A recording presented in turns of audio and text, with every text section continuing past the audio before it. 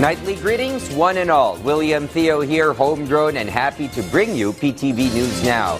It is not only wishful to think law and order and crime prevention in the Duterte administration was better and more efficient with all the gore and vigilante killings that scared much of the population stiff.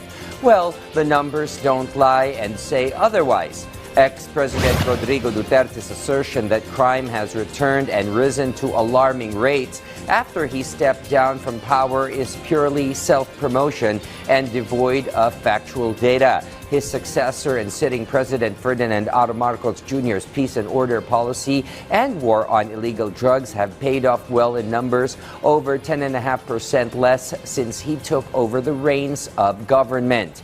This was the quick rebuttal of Justice Chief Jesus Crispin Boying Rimulya over the outrageous claim criminal elements and activity began to resurface and surge when the current administration took over and reset the peace and order and war on illegal drug policies. Of the 8 focused crimes highlighted in the latest PNP Crime Index report, only theft saw an uptick at 4.79%. In the meantime, all other focused crimes saw appreciable declines. Rape went down to 11.08%, robbery to 2.26%, battery 10.59%, murder 10.17%, homicide to 0.91%, and carjacking 23.27%.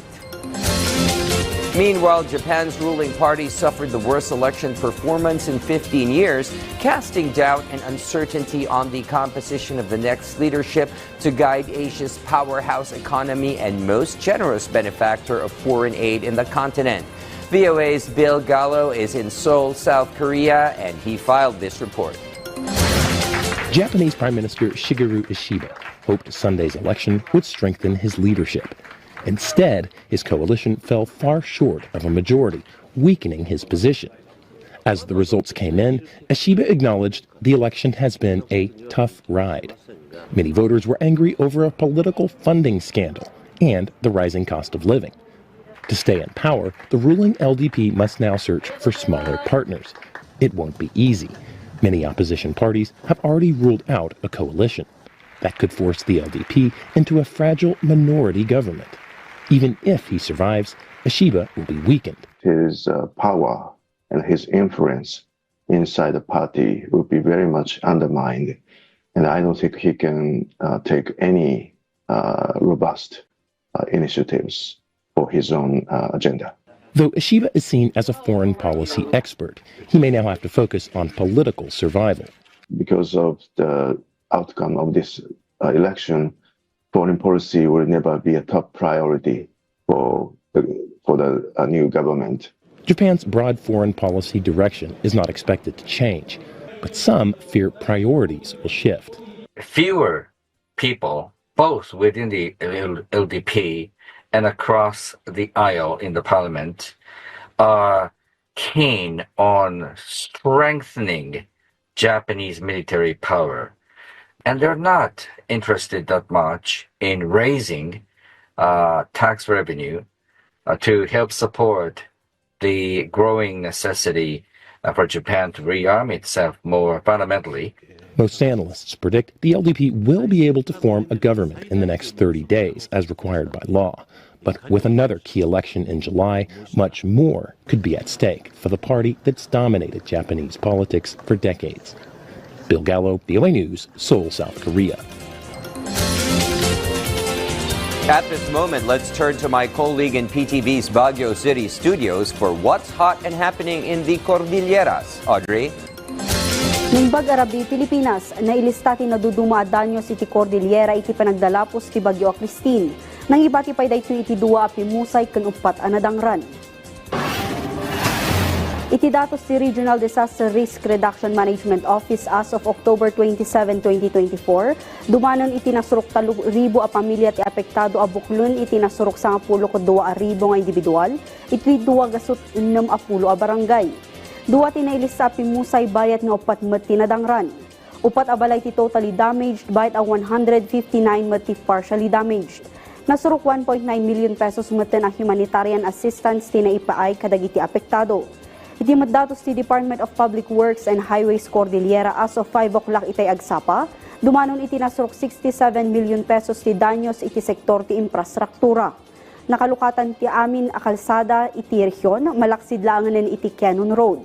Iti maddatos ti Department of Agriculture Cordillera, dumanon iti nasrok 17.5 million pesos ti nagbalin a pukaw iti sektor ti agrikultura, anang apektar iti nasrok talugasot a Mannalon. Kang runan ang idadalapos iti bagyo dagiti high value crops kadagiti nangangato a lugar iti Cordillera. Nakasagana mo ti nasrok 7 milyon a pesos agatad kadagiti agri-intervention a maipaay kadagiti apektado. Isabali pa'y adamag nagdudumaawagas ti panangharas ti Chinese Coast Guard kadagiti soldado ti Pilipinas iti West Philippine Sea ti paganatgat ti National Security Council. Iti dagita imputang ti National Security Council ti panaypatong palda iti karbangan ti Pilipinas iti Exclusive Economic Zone a maitunos iti 2016 arbitral ruling. Mangnamnama ti ahensya apirmaan ni President Ferdinand R. Marcos Jr. ti Maritime Zones Bill kanti Archipelagic Sea Lanes Bill tapno ad-adda ang mapapigsa ti panangipatong palda iti ruling. Posible madlang ang mangipila iti kaso ti NSC kontra iti China iti environmental degradation, gapo iti panangdadaalda kadagiti coral reef ken panagala kadagiti giant clam iti Scarborough Shoal. Sigun kini NSC Assistant Director General Jonathan Malaya, isagsagana dan dagiti kasapulan a dokumento para iti panangipila iti kaso kontra iti China. Maruuray langanan iti desisyon ti Presidente. Meron na pong grupo. There's a team at the Department of Justice together with the OSG that is preparing the case to be filed. But the decision whether that is to be filed or not will depend upon the President. Dagiti damdamag manipod iti PTV Cordillera, Shock, Audrey Villena, Naimbag Arabi.